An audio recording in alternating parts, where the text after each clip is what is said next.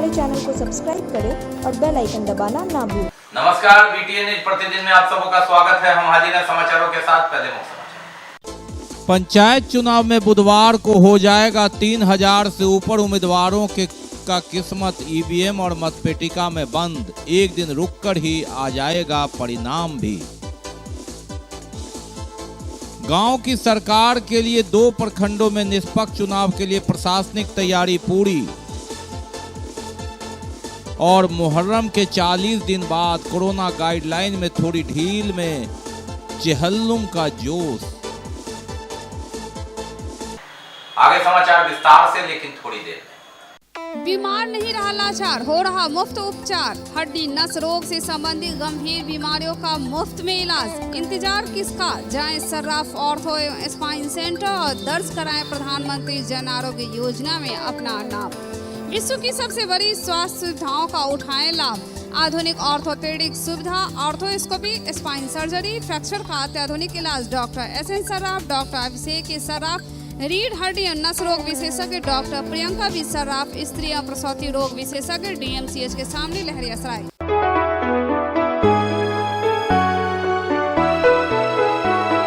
मेरी पंचायत के लोगों, जरा सोच के वोट गिराना। जम के बटन, ओ भैया जम के बटन, अब ईंट छाप का दबाना है।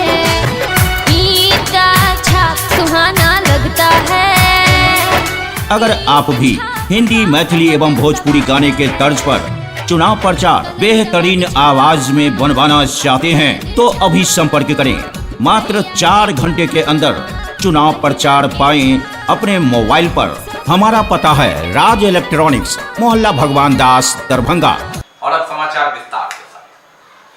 पंचायत चुनाव, जी हां, दरभंगा में राज्य का दूसरा चरण और दरभंगा का पहला चरण। वोट डालने के लिए बेनीपुर और अलीनगर के मतदाता तैयार और इसकी पूरी तैयारी। गांव की सरकार में उम्मीदवारों की भागीदारी कहें तो 3000 से ऊपर है। इन दोनों प्रखंड में प्रशासन ने कर ली है पूरी तैयारी। 2 दिन पहले, 1 दिन पहले सामग्री लेकर मतदान दल रवाना हो चुका है, तो PCCP को रवाना किया गया ईवीएम लेकर। पहली बार 4 ईवीएम और 2 मतपेटिका के साथ गांव के लोग मतदान करेंगे। अपने गांव की सरकार में जनप्रतिनिधि को चुनेंगे। बुधवार को होना है मतदान और शुक्रवार को मतगणना। शनिवार तक आ जाएगा परिणाम। 16 पंचायत बेनीपुर, 11 पंचायत अलीनगर, 27 मुखिया और सरपंच में कितने पुराने आएंगे, कितने नए आएंगे, ये कौतूहल का विषय। सवाल 5 वर्ष पिछले गांव की सरकार पर मुहर कैसी लगेगी, कितने बाहर होंगे, कितने नए आएंगे, ये अब इंतजार मतदान के। गांव की सरकार के लिए उम्मीदवारी और भागीदारी। जी हां, लगातार 7 सितंबर से जो नामांकन शुरू हुआ, बेनीपुर और अलीनगर में मेला लगा, तो यह मेला लगातार चलता रहा चुनाव प्रचार समाप्त होने तक। जी हां, सोमवार की शाम तक 3100 उम्मीदवार चुनाव मैदान में हैं। 27 मुखिया और 27 सरपंच को चुनने के लिए, 5 जिला परिषद सदस्य चुनने के लिए और 400 वार्ड मेंबर और 400 पंच को चुनने के लिए। हालांकि पंच में अधिकतर निर्विरोध हो चुके हैं। प्रचार थम गया, 1 दिन का मौन भी रहा और ऐसे में बुधवार की सुबह से गांव की सरकार में अपनी भागीदारी, हिस्सेदारी देने के लिए मतदाता निकलेंगे।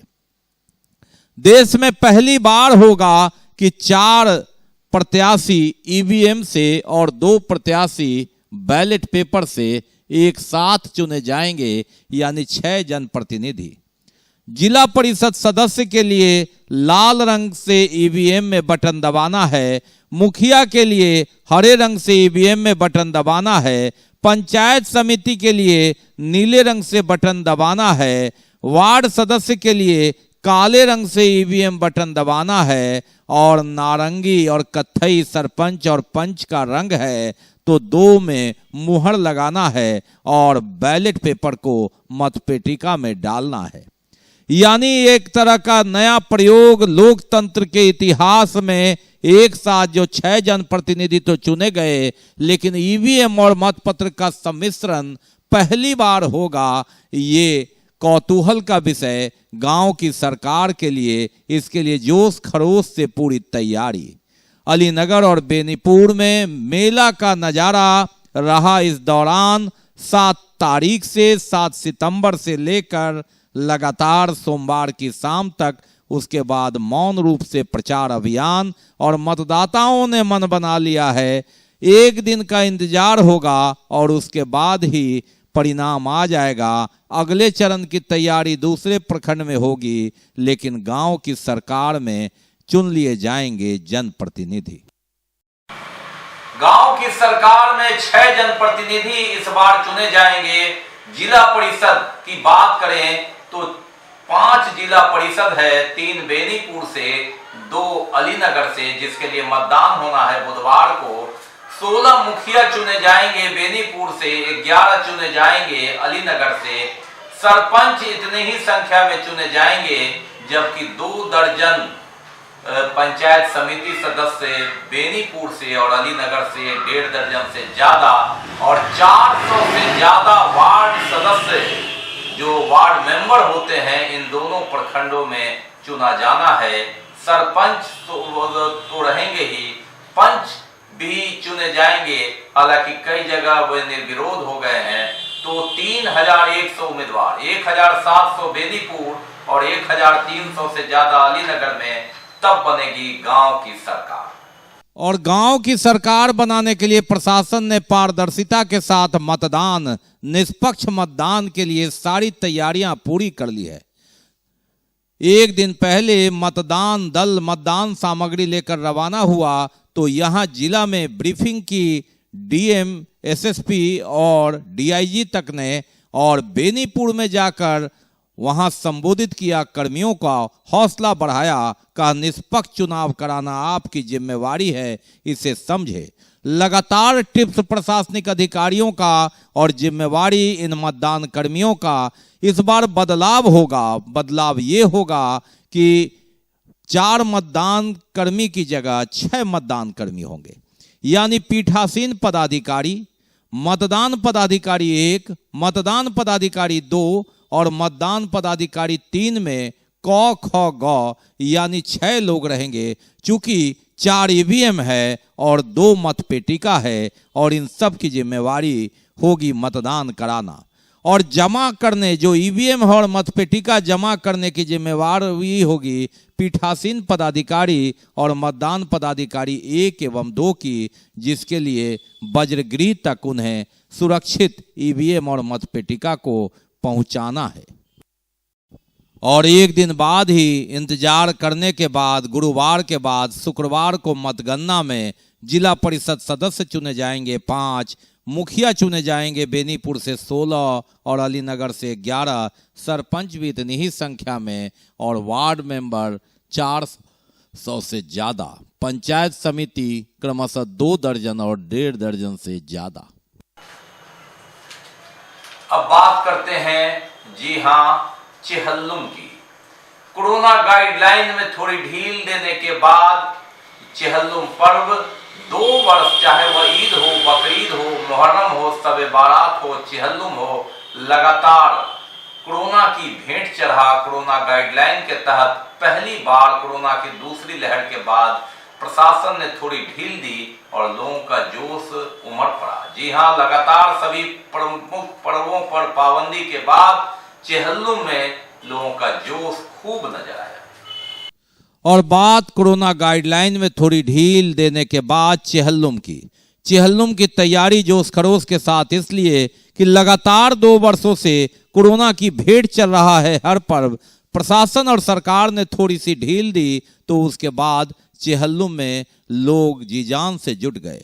हालांकि लगातार प्रशासन द्वारा कोरोना गाइडलाइन का पालन करने का सख्त निर्देश, लेकिन उसके बाद भी भीड़ का उत्साह। मुहर्रम में अखाड़ा इत्यादि निकालने की मना थी। मुहर्रम के 40वें दिन होता है चेहल्लुम।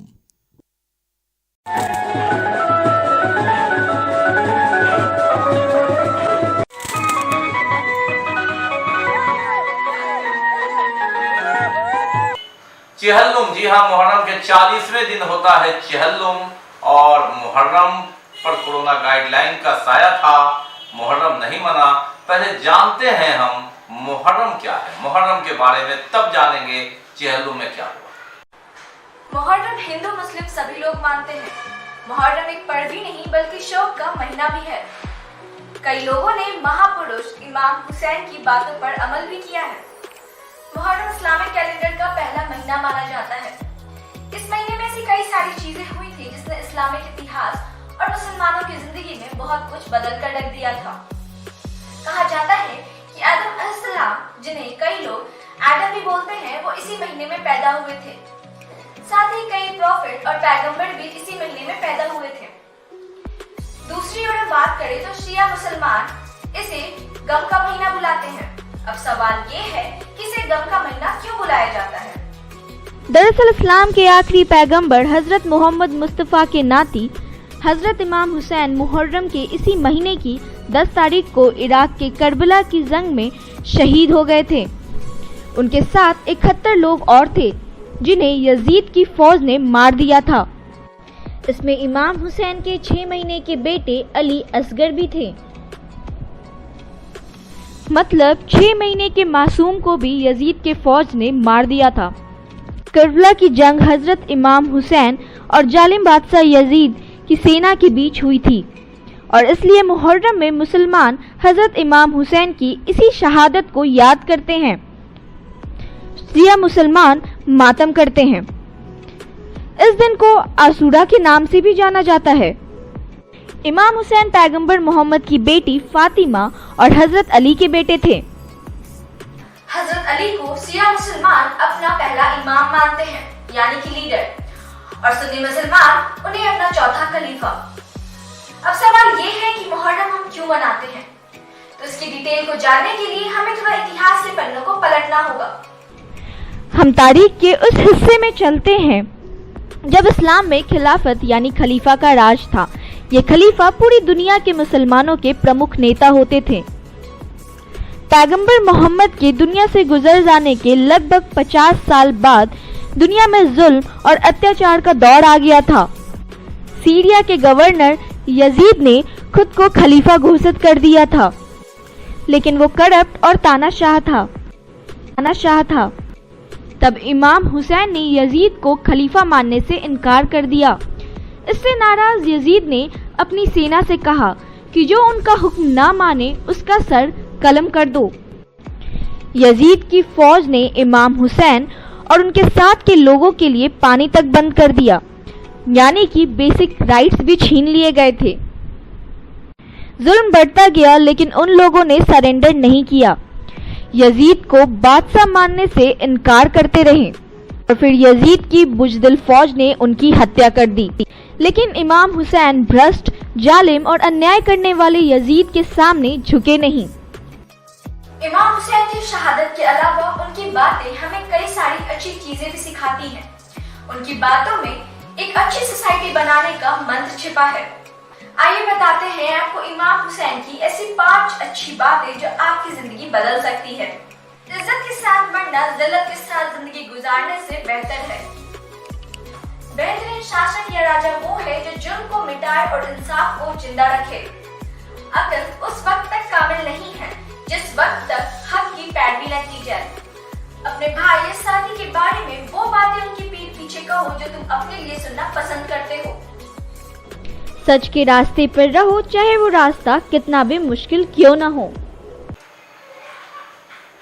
जी हाँ, बाकी है अभी और भी बहुत कुछ, लेकिन हम फिर ब्रेक लेंगे अभी और ब्रेक के बाद देखेंगे चेहल्लुम का नजारा कैसा रहा। चेहल्लुम किला घाट से लेके दरभंगा शहर।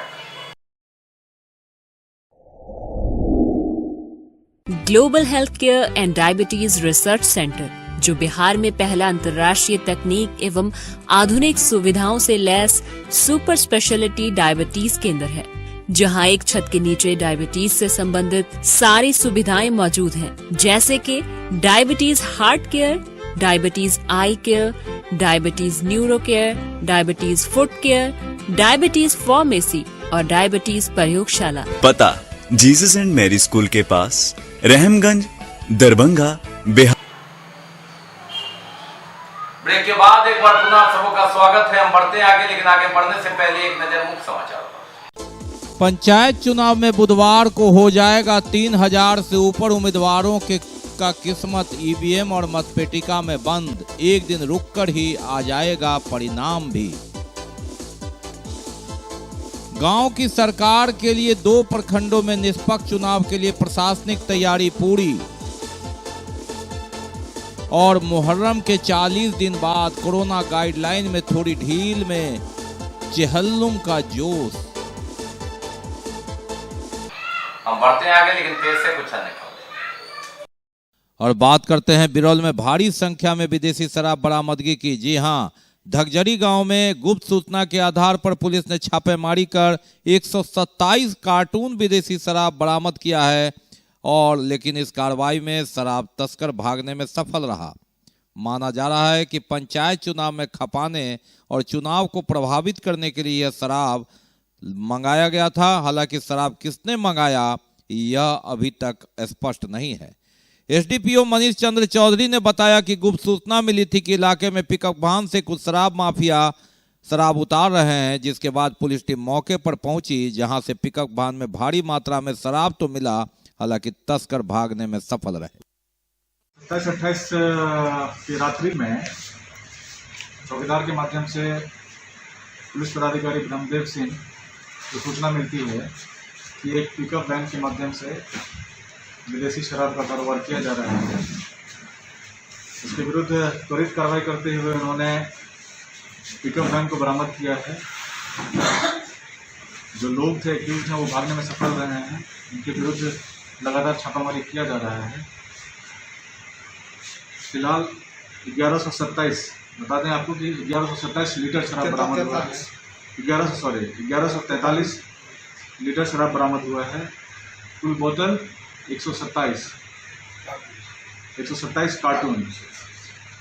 कार्टून शराब बरामद किया गया है।